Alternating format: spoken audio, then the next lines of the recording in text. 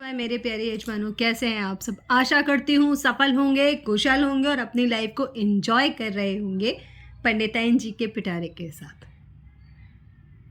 और पंडिताइन जी के वीडियोस को लाइक कर रहे होंगे, चैनल को सब्सक्राइब कर रहे होंगे, वीडियो को शेयर कर रहे होंगे और बेल आइकन दबाना बिल्कुल भी नहीं भूल रहे होंगे, क्योंकि आपकी पंडिताइन जी कोशिश करती हैं कि आपके लिए कुछ अलग, कुछ यूनिक लेके आए, है ना। तो आज का विषय शुरू करें। चलिए अपनी पंडिताइन जी के साथ एक आध्यात्म के सफर पर चलेंगे। चलिए, हनुमान जी, जी हाँ, ये नाम आते ही हमारे सामने बहुत पराक्रमी, विशाल और बहादुर इंसान, भगवान का स्वरूप सामने आ जाता है। रामदूत, राम सेवक, बहुत सारे नाम हैं इनके, बजरंगबली। किस नाम से आप जानते हैं ये आप बताइएगा। तो आज हम इन्हीं के बारे में जानेंगे, क्योंकि आज ट्यूसडे है तो बनता है हमारे बजरंगबली के बारे में जानने का। जी हाँ, आज की कथा आधारित है इन्हीं हनुमान जी पर। क्या कथा है? कथा ये है कि किस तरीके से हनुमान जी पंचमुखी हनुमान जी में परिवर्तित हुए। क्या ऐसा हुआ जो उन्हें ये स्वरूप लेना पड़ा? कोई तो वजह होगी। तो चलिए आज अब इसी कथा का श्रवण करते हैं। आशा करती हूँ आपको ये कथा अच्छी लगेगी, एंजॉय करेंगे आप इस कथा को और अंत तक वीडियो में बने रहेंगे। चलिए स्टार्ट करते हैं। तो जैसा कि आपको पता है, रामायण का युद्ध जो राम और रावण के बीच में हुआ था, तो जब ये ऑलमोस्ट डिसाइडेड था कि राम जी विजय होने वाले और रावण हारने वाला है, तो फिर से उसने एक नया छल किया। उसने अपने भाई अहिरावण को बुलाया। अहिरावण एक बहुत ज़्यादा मायावी दानव था, तांत्रिक शक्तियाँ उसके पास थी और वो इस युद्ध से तो दूर था, पर था वो रावण का भाई। तो उसने बताया, रावण ने अहिरावण को, कि मुझे तुम्हारी सहायता की आवश्यकता है भाई, क्या तुम मेरी सहायता करोगे? तो अहिरावण और रावण ने मिलकर एक योजना बनाई। उन्होंने क्या योजना बनाई? उन्होंने ये योजना बनाई कि वो राजकुमार राम और लक्ष्मण को अपहरण करके पाताल लोक ले जाएंगे और इस तरीके से युद्ध समाप्त हो जाएगा। क्योंकि जब आपका राजा ही युद्ध करने में, युद्ध क्षेत्र में नहीं होगा, तो सामने वाली सेना का मनोबल डाउन हो जाएगा, गिर जाएगा। तो जैसा कि मैंने आपको बताया, अहिरावण एक बहुत उच्च कोटि का तांत्रिक था। तो उसने अपने प्लान के अकॉर्डिंग राम और लक्ष्मण को पाताल में ले जाने का डिसाइड कर लिया। तो वहाँ पर रावण के कहने पर राम और लक्ष्मण को पाताल लोक ले गया और उसने ये सोचा कि वो माता काली को इन दोनों राजकुमारों की बलि दे देगा, जिससे उसको और तांत्रिक शक्तियाँ प्राप्त होंगी। और उसने जोर से पाताल लोक में जयकारा किया, जय माँ काली। उसके बाद क्या हुआ, ये जो खबर थी हनुमान जी के पास पहुंची। हनुमान जी को बहुत गुस्सा आया। उन्होंने कहा, उसकी इतनी हिम्मत कि उसने मेरे प्रभु राम और भैया लक्ष्मण को हाथ लगाने की कोशिश करी या सोचा या ले गया, मैं उसको जिंदा नहीं छोड़ूंगा। और बहुत सारी चीज़ों के साथ में उधेड़-बुन में भारी गुस्से में वो सीधे पाताल लोक गए। वहाँ पर उनको मिला मकरध्वज।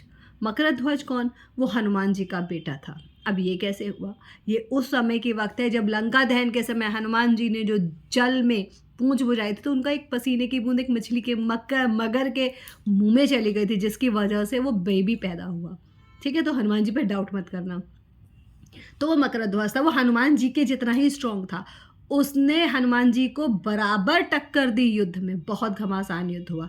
फिर उस बाप तो बाप होता है, पिता तो पिता होते हैं। आखिर में ये वो हनुमान जी ने उसे हरा दिया और पूरी बात बताई। तो उसने कहा कि मैं आपकी और तो सहायता नहीं कर सकता, क्योंकि मैं भी आपकी तरह स्वामी भक्त हूँ। तो मैं आपको सिर्फ ये बता सकता हूँ कि अहिरावण की मृत्यु किस प्रकार होगी। तो आप भी जानना चाहेंगे कि अहिरावण की मृत्यु आखिर हुई किस तरह? तो मकरध्वज ने हनुमान जी को बताया कि जहाँ पर वो पूजा कर रहा है, वहाँ पर एक दिया है, 5 दिए हैं जिनमें उसका प्राण रखे हुए हैं, अलग अलग दियों में। पंच तत्वों के आधार पर उसने अपने 5 तत्वों को अलग करके अलग अलग दियों में रखा है। पर शर्त ये है, कंडीशंस ये हैं कि आपको एक साथ 5 दिए बुझाने होंगे, अदरवाइज उसका डेथ नहीं होगा। तो हनुमान जी भी तो हनुमान जी थे, उन्होंने सोचा चलो देखता हूँ मैं क्या कर सकता हूँ। वो उस जगह पर गए और उन्होंने एक साथ अपने 5 मुख बनाए और 5 दियों को एक साथ बुझा दिया। इस प्रकार हुआ हनुमान जी के पंचमुखी स्वरूप का अवतरण। अब तो आपको समझ में आ गया होगा कि हनुमान जी कितने स्पेशल थे। उनको इतना तेज दिमाग था, उन्होंने इंस्टेंट डिसीजन लिया और एक साथ दिए बुझा दिए। इससे वो मरा नहीं, पर उसका जो बल था वो आधा हो गया, खत्म हो गया। अब उसका ये नहीं था, अब जो उसके जो प्राण थे, भाई जब किसी चीज़ में रखोगे हट जाएगा तो सीधे शरीर में ही जाएंगे, तो 5 तत्व तो उसके शरीर में समा गए, तो उसकी मृत्यु आसान हो गई। हनुमान जी ने कहा कहो भाई हो गई तुम्हारी प्लानिंग। तो अहिरावण ने के सामने जो उसने देवी माँ की मूर्ति रखी थी, हनुमान जी उस मूर्ति के पीछे छोटा सा स्वरूप लेकर छुप गए, जिनको रामचंद्र जी ने देख लिया। अब उसने बोला कि एक काम करो, तुम दोनों माता काली को प्रणाम करो सर झुकाकर। तो राम और लक्ष्मण जी ने बोला हमें तो नहीं आता है, आप हमें सिखाएंगे किस प्रकार करना है तो हम कर देंगे प्रणाम। तो उसने बोला बिल्कुल मैं सिखाता हूँ। उसी वक्त हनुमान जी ने अपनी गदा निकाली और धम, वहीं पर अहिरावण के प्राण पखेरु उड़ गए। इस प्रकार से हनुमान जी ने एक बार फिर संकट मोचन बनकर राम और लक्ष्मण के प्राणों की रक्षा करी। अब आपको ये जानना आवश्यक है कि पंचमुखी हनुमान जी ने अवतरण तो ले लिया, 5 मुंह हो गए भगवान जी के, पर वो 5 मुंह रिप्रेजेंट किस चीज को करते हैं? ये 5 मुंह रिप्रेजेंट करते हैं 5 दिशाओं को, पूरब, पश्चिम, उत्तर, दक्षिण और बीच वाला भाग, यानी ब्रह्म स्थान। हाँ जी बिल्कुल, यही है उन 5 मुखों का मतलब। अब हर मुख है तो उसका कोई ना कोई तो कहीं ना कहीं किसी चीज़ की तो स्वरूप होगा। जैसे आपने देखा है कि उसमें घोड़ा है, वानर है, सिंह है और इसी तरीके से और चीज़ भी है। तो अब हम आपको हर मुंह का मतलब बताएंगे। तैयार हैं आप? तो चलिए जानते हैं। तो पहली दिशा होती है पूर्व दिशा। हम जानते हैं सूरज पूर्व से उदित होता है, तो हम भी पूर्व दिशा से शुरुआत करेंगे।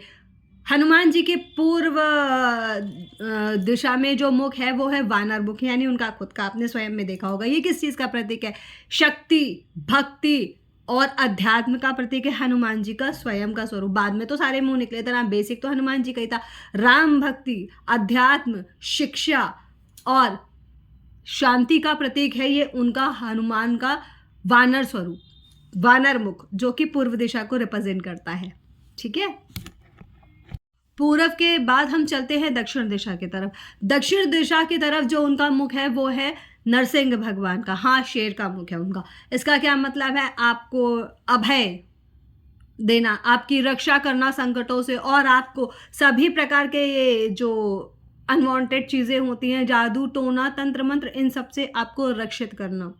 नरसिंह भगवान की तरह आप कहीं भी अकेले हों, हनुमान जी का ये मुख आपकी रक्षा करेगा ही करेगा। ये दक्षिण दिशा को रिप्रेजेंट करता है। दक्षिण में तो आप बोलते हो, देखते हो, समझते हो, जादू टोना तंत्र मंत्र भूत प्रेत राक्षस सब दक्षिण दिशा में ही है। हमारी लंका ही दक्षिण में ही थी। तो आप समझ सकते हो भगवान हनुमान का जो नरसिंह स्वरूप है वो दक्षिण दिशा को रिप्रेजेंट करता है और आपको साहस देता है, शक्तियां देता है और आपका अभय दान देता है आपको। पश्चिम दिशा में जो हनुमान जी का मुंह है उसको गरुड़ मुख बोलते हैं। अब गरुड़ मुख है तो वो क्या करता है? वो आपके काल सर्प दोष, सांपों से रक्षा, सरीसृपों से रक्षा, काले जादू से रक्षा, छुपा हुआ है ना, इन सब चीज़ों से आपकी रक्षा करता है और धर्म के प्रति आपको अग्रसर करता है और आप में वो कंसंट्रेशन बढ़ाता है। अगर आप उनके पश्चिम मुखी यानी गरुड़ के मुख का हनुमान जी के चित्र लगाते हैं तो आपको ये फायदे होंगे। ठीक है, और गरुड़ जो है वो राम भक्त है। तो घूम फिर के आप सारी चीज़ों में देखो तो कहीं ना कहीं आपको इन पंचमुखों की जो एक बेसिक चीज़ है वो भगवान श्री राम है। तो घूम फिर के 5 मुख इंडिकेशन तो रामचंद्र जी की भक्ति शक्ति का देते हैं। ठीक है। अगली है उत्तर दिशा। इस दिशा में कौन सा मुख होता है? इस दिशा में वराह का मुख होता है। हाँ जी, ये आपको बैलेंस के लिए होता है कि सही और गलत जमीन में, पृथ्वी पे बैलेंस बना रहे, चीज़ें सही दिशा में हो। और जो ज़्यादा पृथ्वी को हानि पहुंचा रहे हैं, नुकसान पहुंचा रहे हैं कहीं ना कहीं किसी न किसी तरीके से, उनकी भी, उनको उनके कर्मों की सजा मिले। और आपके भक्ति में बैलेंस रहे, आपकी शक्ति बढ़े, भक्ति में शक्ति बढ़े, शक्ति से भक्ति ना हो, भक्ति में शक्ति है, भक्ति की शक्ति आपको मिले और आप अपने जीवन में प्रोग्रेस कर सको।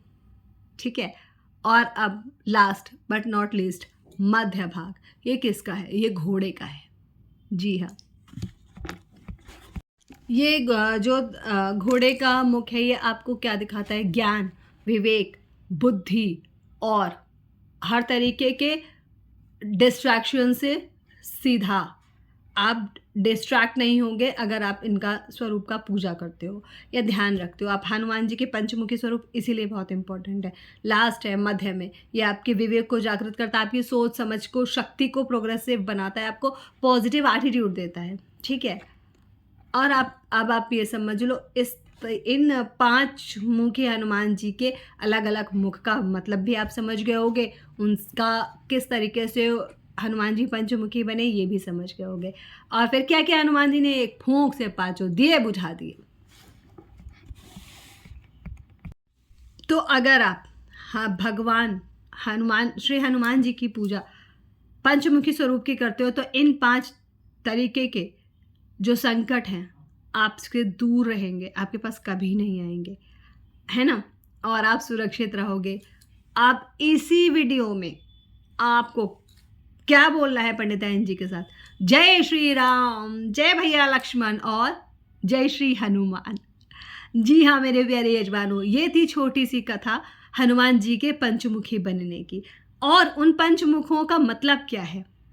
ठीक है, तो आशा करती हूँ ये वीडियो आपको अच्छा लगा होगा। आप वीडियो को लाइक करिएगा, शेयर करिएगा, अच्छा है, नॉलेज वाला है तो कमेंट भी कर दीजिएगा कि आपको ये वीडियो कैसा लगा, कितना आपने इस वीडियो से कनेक्ट किया है। आप जानते थे अगर, तो ये बहुत अच्छी बात है, पर अगर नहीं जानते थे तो ये जानकारी आपको कैसी लगी ज़रूर बताइएगा अपनी पंडिताइन जी को। और अपना ध्यान रखिएगा, अपनी फैमिली का ध्यान रखिएगा, सुरक्षित रहिएगा, सेफ रहिएगा। धन्यवाद।